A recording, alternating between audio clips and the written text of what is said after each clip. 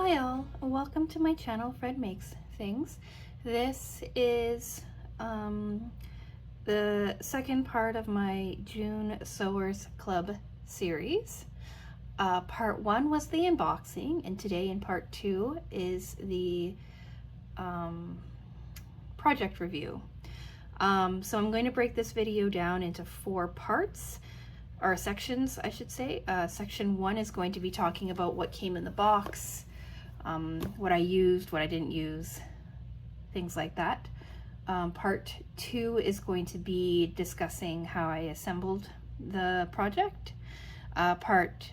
Section 3, sorry, I keep switching between parts and sections. Section 3 is going to be my pros and cons and user errors of the project, and then section 4 is going to be my final thoughts and opinions, and then my sign off. I'm going to have timestamps here to let you know where you can skip to if you don't want to see certain parts of the video. Yeah, so let's just get started with part 1. So as always, I keep all of the items from the project in this in the project box. That way everything is nice and orderly and helps me remember everything. Yeah. I actually forgot to include the papers from this, so I just grabbed them. Okay, so we'll start with the papers because I just grabbed them. As always, I have my project card. It gives me my materials on the front, the password for the online instructional tutorial, and then the bonus items. This month was just thread, and then I get the add-ons. There's different monthly plans that you can sign up for. You get like a single month at a time. You can pay for 3 months, 6 months, 12 months. All that information should be up on the screen for you now. And then you also have the possibility to do an add-on, which is an extra $10 a month, and I get the add-ons because I don't have a very expansive sewing. I don't have a lot of sewing tools, so it's nice to get the add-ons, kind of expand what I have. So that's this card. Then you have the project card showing you what you're making for the month. In this box, it's the on-the-go stylish side tie bag. That's what it looks like, and then this is the information about the pattern here, like who designed it and things like that. Then you have your instructions, which this month is 4 pages, which are usually fairly clear. Like I always say, it's better to, for me anyway, to watch the instructional video and then these instructions make more sense. Some people are visual learners like me, and it's nice to see everything done beforehand. It helps me envision what I'm doing on the piece as I'm working on it. And then what I have left in the box is not a whole lot. We'll talk about the add-ons in a minute. So first we'll talk about the bonus items. So here's the thread that I have left. I have just a little bit left on the spool, but I do have an entire bobbin of it. And then I included this gray bobbin to remind me to talk about why I only have a little bit of the blue left. We'll talk about that during a different step, I guess. And then this is my leftover fabric. So I warned my cousin when she was making this to be very careful with how you cut fabrics A and B, so your exterior and your interior liner, because this here is all that I have left from the exterior an interior liner, are these few little scraps. So just be careful that you really don't have a lot of room to mess that up. But I do have quite a bit of the gray fabric C. I have quite a few pieces of the gray. Oh, there's another lining piece. And then I have like this large piece of the gray as well left over.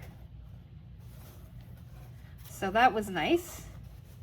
So if you make mistakes in cutting your fabric C, which is like your strap, your ties, and your flap, you do have a little bit of wiggle room. And then I also have quite a bit left of the fusible fleece as well. I would have had a more complete piece, but I cut one of the pieces wrong, which I'll also talk about in user error. So yeah, that's what's left in the project, so a decent amount. I'll talk about that too in a minute. Okay, now I'm going to talk about the add-ons. So in this month's box, you had two add-ons. You had the machine needle threader and a measuring gauge.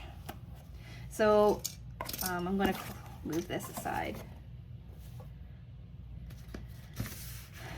So the machine needle threader is this little guy here. It works quite well. I'm going to insert a video now to show you how it works. Basically, you take your thread, you wrap it around your needler, or whatever this is called, machine thread needle, and then you run it down your, I don't know why I'm doing that. There's a video here. Basically, let's try this again. Basically, you take your thread, you wrap it around your machine thread or needle threader with the arrows pointing sideways. Actually, no, with your arrows pointing to the top. And then you run this white piece down your down the shaft of your needle, and this little metal piece pokes through, pushes the thread through the eye of the needle, where you can catch it on the other side and thread your needle that way. I hope it makes sense with the video playing here in the background to kind of show you what I'm talking about. It works really well. I don't usually have a problem threading my machine in general, but it's really nice to have this little gadget. Makes things a little bit easier. And then the other thing that I got was this measuring gauge, right, which gives you 14 different measurements, right, the largest being 2 inches and the smallest being 1/8 of an inch.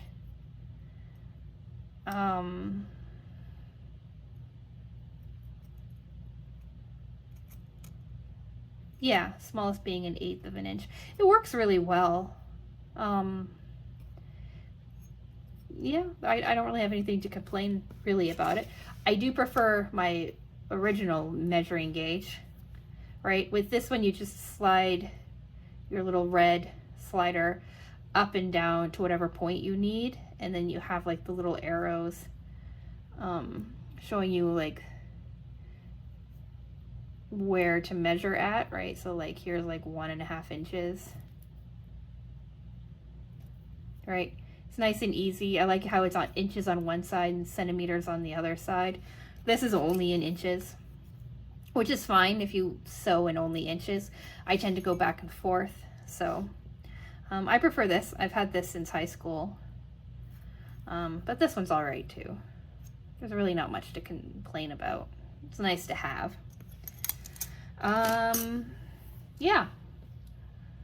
Okay, so let's talk about the assembly. I don't know how in depth I'm going to go because this is the second time I filmed this video. The first time me talking about the assembly ran way too long. So anyway, basically how they have you start, I'll have pictures running across the screen here. How you start is you iron all your fabric, you cut your fabric, right? All the cutting instructions are right here, right? Your cutting instructions are up top, and then your cutting notes run down here. They specifically say that if you're planning on quilting this, that you should cut your quilted pieces a little bit larger to account for shrinkage after quilting.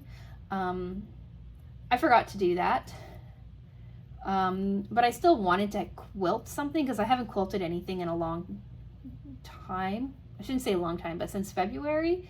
So I decided that I was going to do large diamond shapes. So it didn't really, doing the large diamond didn't really change my dimensions of any of my pieces, which was nice. So I didn't have to do any fiddling with that. So then after you do your diamond shapes, you do all of your straps or your strap and your decorative ties. This is when I started to run into some real trouble. I had a bit of a hard time running or doing the quilting, and then doing the straps was really quite difficult, and I didn't know why. Like, I was running through a lot of thread, things were not working out well. I got frustrated and I ended up stopping for the day. This project took me 2 days to complete because I had to stop. I didn't know what was going on. I was really annoyed. So when I reached the step for hand stitching the ties, I stopped for the day and thought about what was going on, right? I had changed my needle, I had checked my tension, right? I had done all of the things that you're normally supposed to do to make sure that like everything is working properly, and it still kept messing up. And then in that evening I thought, well, I am using a new style of bobbin, not a style, but like a bobbin from a different store that I haven't really bought bobbins from before. And so I decided that the next day what I was going to do was switch out my bobbin. So this is the bobbin that I had. It's like a generic bobbin from just like a local fabric store. And then this was the bobbin that I was using before. They look pretty similar, but upon closer inspection, this bobbin is a little bit wider and a little bit thicker. So this is just the wrong size bobbin for my machine, this blue bobbin. So I switched out to the gray bobbin, the gray thread, so that I didn't have to like unwind this and rewind it onto here. I just used the gray thread because I thought, well, if the bobbin's not the problem, I don't want to have to go through all that trouble. But yeah, it turned out it was the bobbin. So I switched out the bobbin and then I went my merry way. And everything on day 2 worked out really well. So on day 2, I did the flap closures, or on day 2, I did the metallic snap, magnetic snap that they had you do for the top and the bottom. And then I rounded the corners, which is where that little piece came in. Where is it? Like, it's here, like the little radius curve is right here on the instructions. And I just cut out one on a piece of paper. I used it to do all of my curves. I think they came out all right. Yeah, then they had me do, or they had me attach all of the flap pieces, attach that to the back side of my fabric A. Then I did like the pocket, and then yeah, I did the interior pocket. I sewed those pieces together. I sewed the exterior pieces together. Then they had me do the corner trick to make the corners nice and wide, to make the bag kind of have a flat bottom. I really like this corner trick. It works really well. I'm going to do it in more things. I actually also like how they made you end up forming a pocket out of the back, out of the flap. When all of this is done, I'll show you what the bag looks like in my hand. Then they had you attach the D-rings using your decorative ties, which was a really interesting way. And then they had you basically assemble the bag, put the interior fabric into your exterior fabric, sew it together, top stitch it, and then finish it off with the strap. Yeah, that was much quicker than my first time around. So yeah, it worked really well. I really liked this project. And now I'm sure you want to see my finished bag, which normally I show you before now instead of being 16 minutes into the video, but there you go. Here's my finished bag. My little ties, right, my decorative ties, my exterior flap, right? It closes nice, right? Here's your pocket that is formed out of the flap. Here's my interior pocket, right? Here's all the interior space. A close-up of the tie.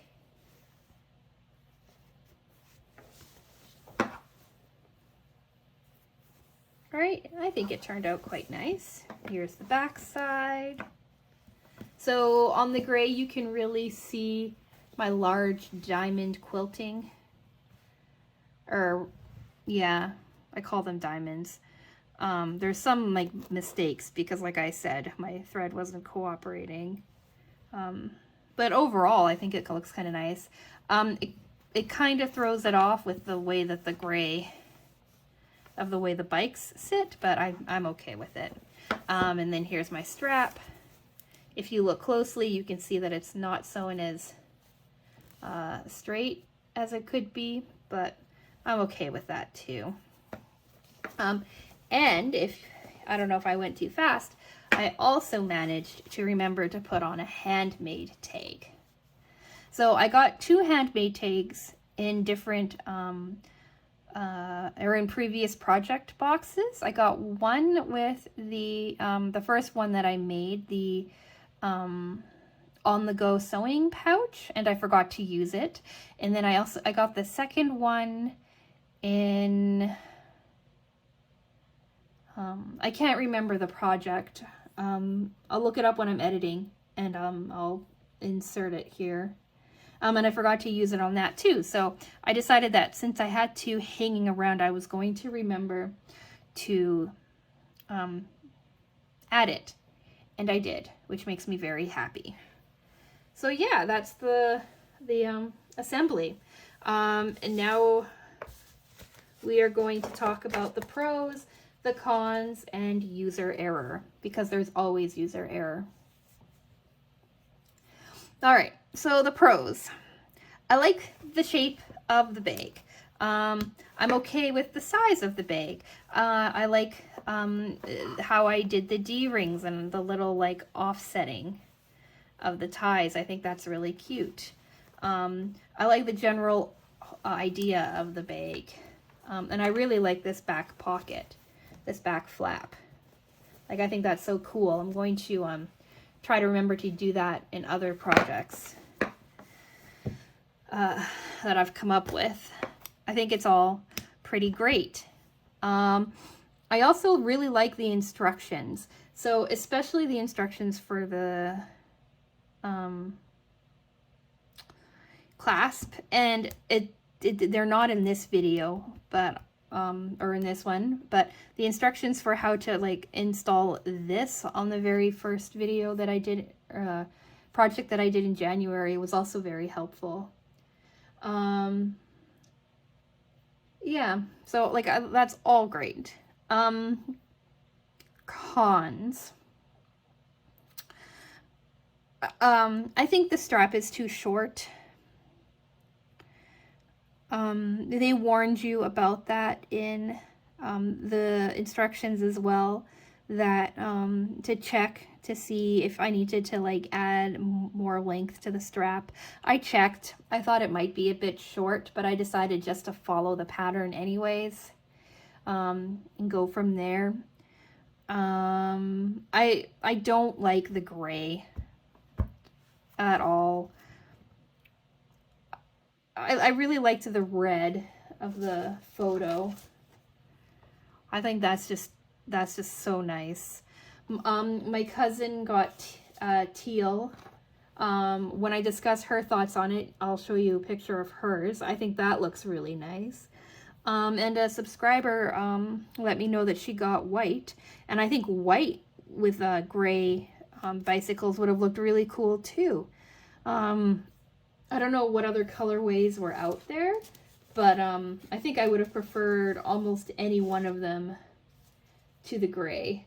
Like if you look at this here, you can see that they do like, there's a red, a gray, a white, and a teal. And I don't know, like it looks nice, right? Like don't get me wrong, like I do like the bag and the colors. I wish I hadn't seen what the red looks like or the teal looks like. That's my biggest complaint. And now what's left? User error? Oh, actually, no, I have one more con. The size of the bag, it's not huge. It's not like a problem, right?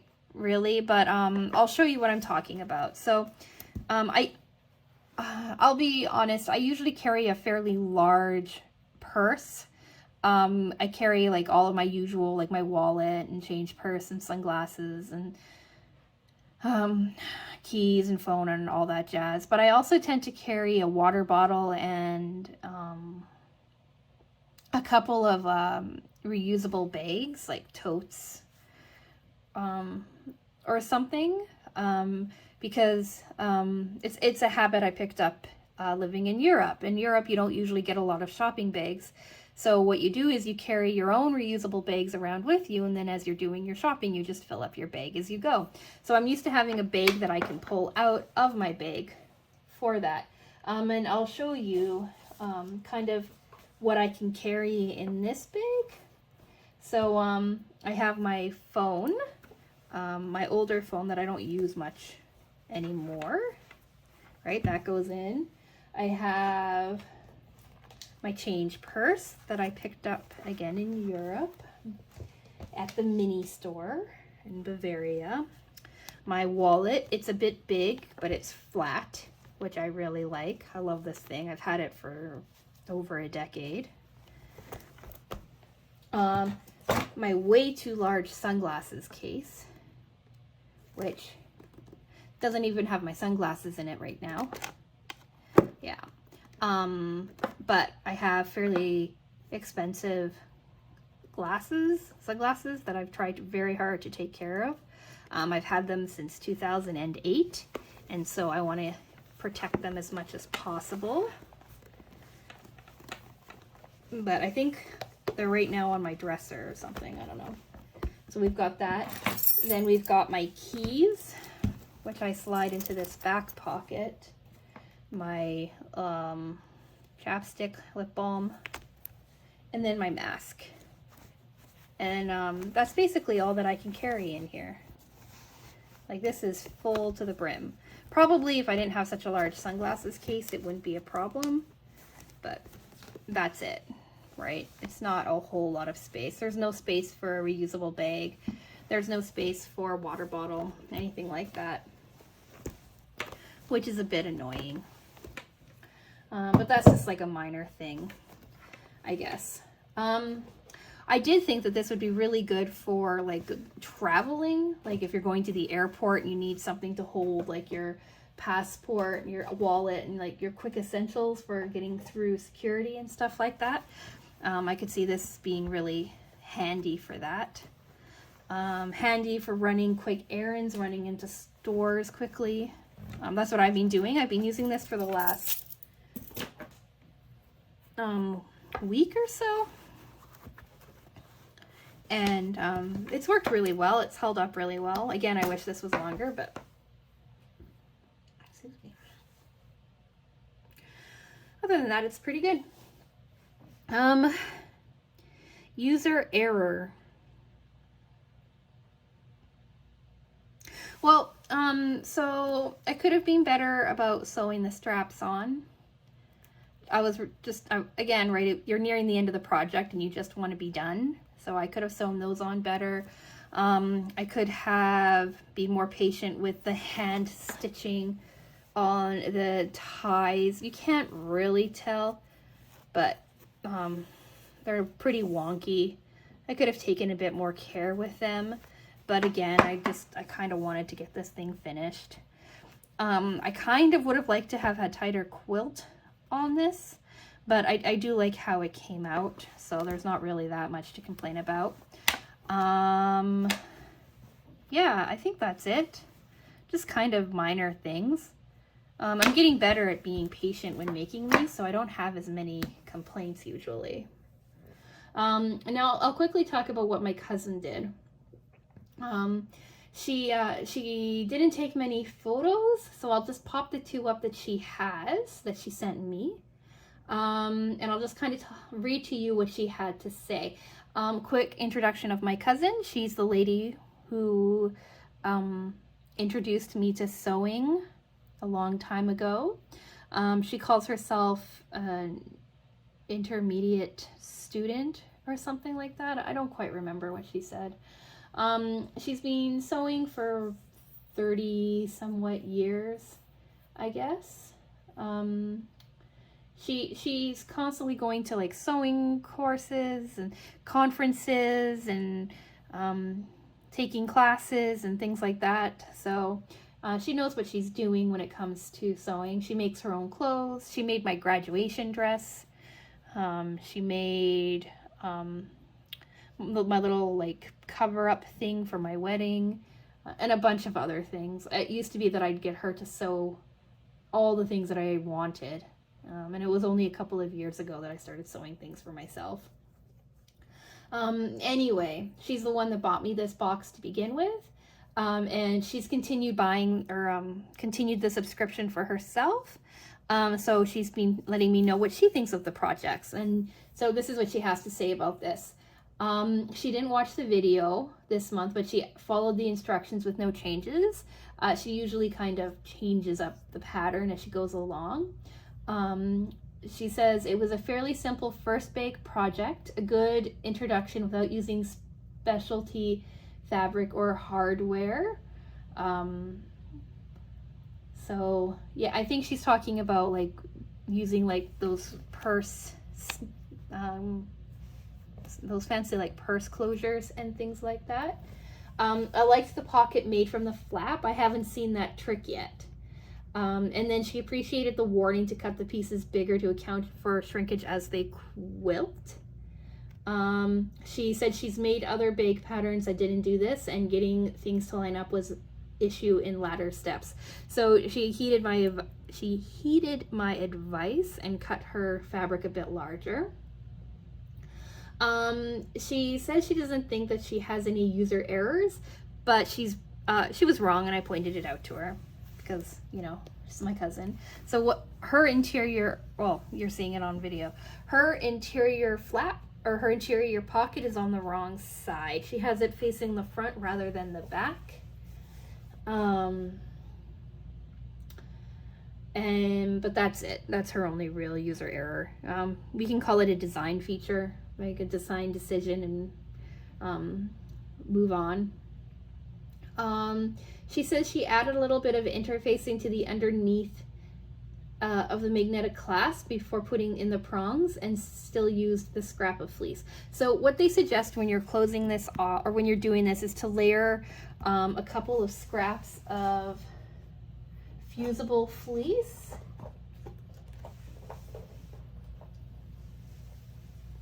A couple of scraps of fusible fleece so that these get to be more sturdy.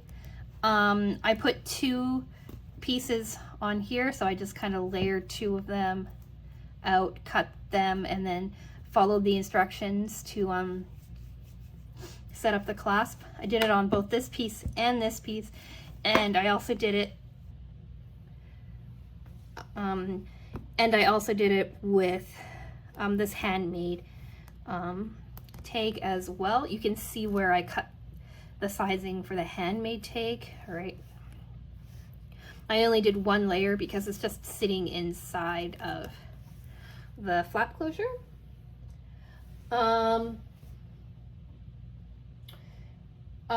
Her cons is that she wished she had interfaced the strap and the tassel pieces. She prefers a more solid feeling strap and would have liked the tassel to look a little more crisp. She says she thinks she can fix it with starch, and then she'd probably like it. I agree, right? Like, these are a little bit floppy. I don't mind them being a little floppy. What I thought I would have done if I had had more patience is I would have top stitched them to give them a little bit more structure. But after using it for a week, having them a little bit more floppy isn't really much of a bother. It would have been nice though to have a bit more structure in my flap, or in my strap. I will say that. And then her final things is, all in all, a good little bag that will hold a wallet, phone, and a couple small things for being out and about when I don't want a bigger bag.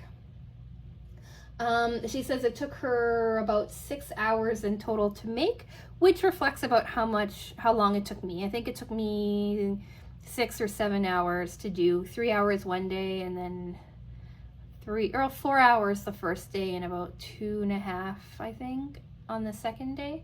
Something like that. When we were chatting about it, she said that she was thinking that it would make a really good market bag, because she already carries like a large reusable bag for when she goes to farmers markets, so that she can just put her veggies and things right into a larger bag. So having a smaller bag like this that she could tuck things away into would be really nice, like especially with this like back pocket here. She said she'd really like that. So yeah, she liked the bag, I liked the bag, we all liked the bag. Now we'll go for final thoughts in my roundup, closing. I don't know what I'm calling it. My outro? That sounds stupid. Well, anyway, yeah. So I like this project. I really like the bicycle fabric. I like the interior fabric. I said I don't really like the gray, but I probably would have liked the gray more if I hadn't seen the other color choices.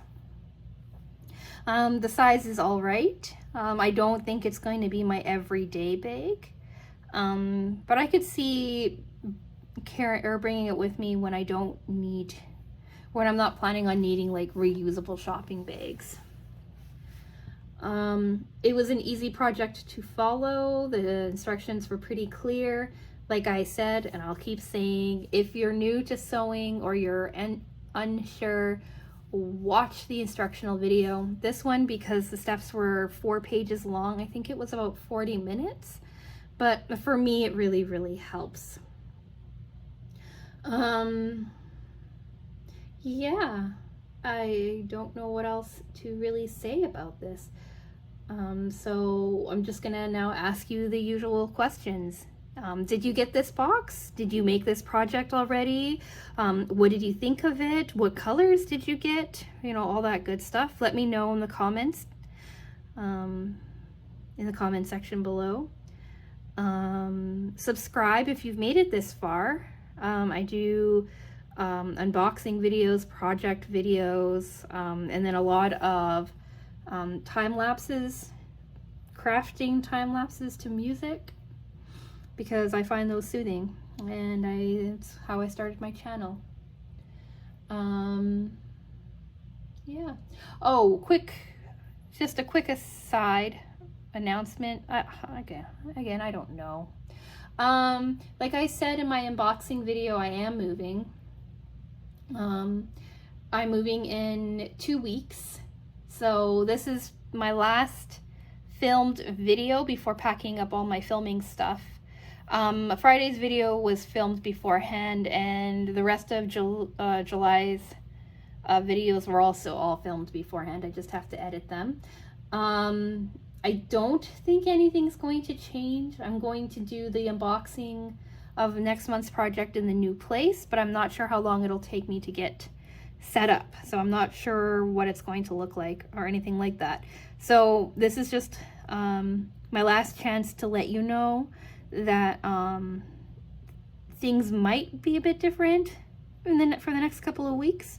I'm going to try to keep it as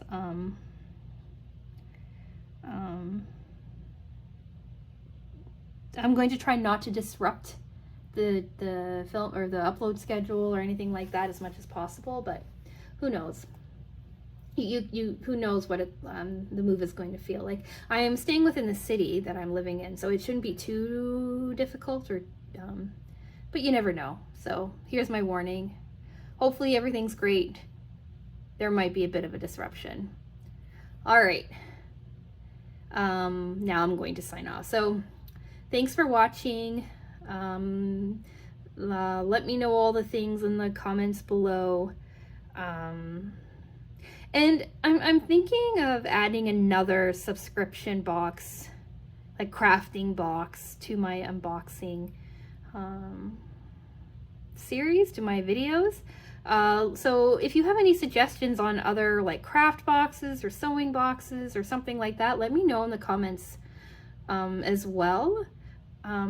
Like if there's something that you're interested in but you're not sure if you want to try it, or something that you really love getting every month and you think I should try it, things like that, let me know in the comments. I'm open to a new subscription box. Right now I only have this and the cat lady box, so any other ones would be fun. All right, I'm going to stop babbling. Thanks for watching, and I will talk to you again soon.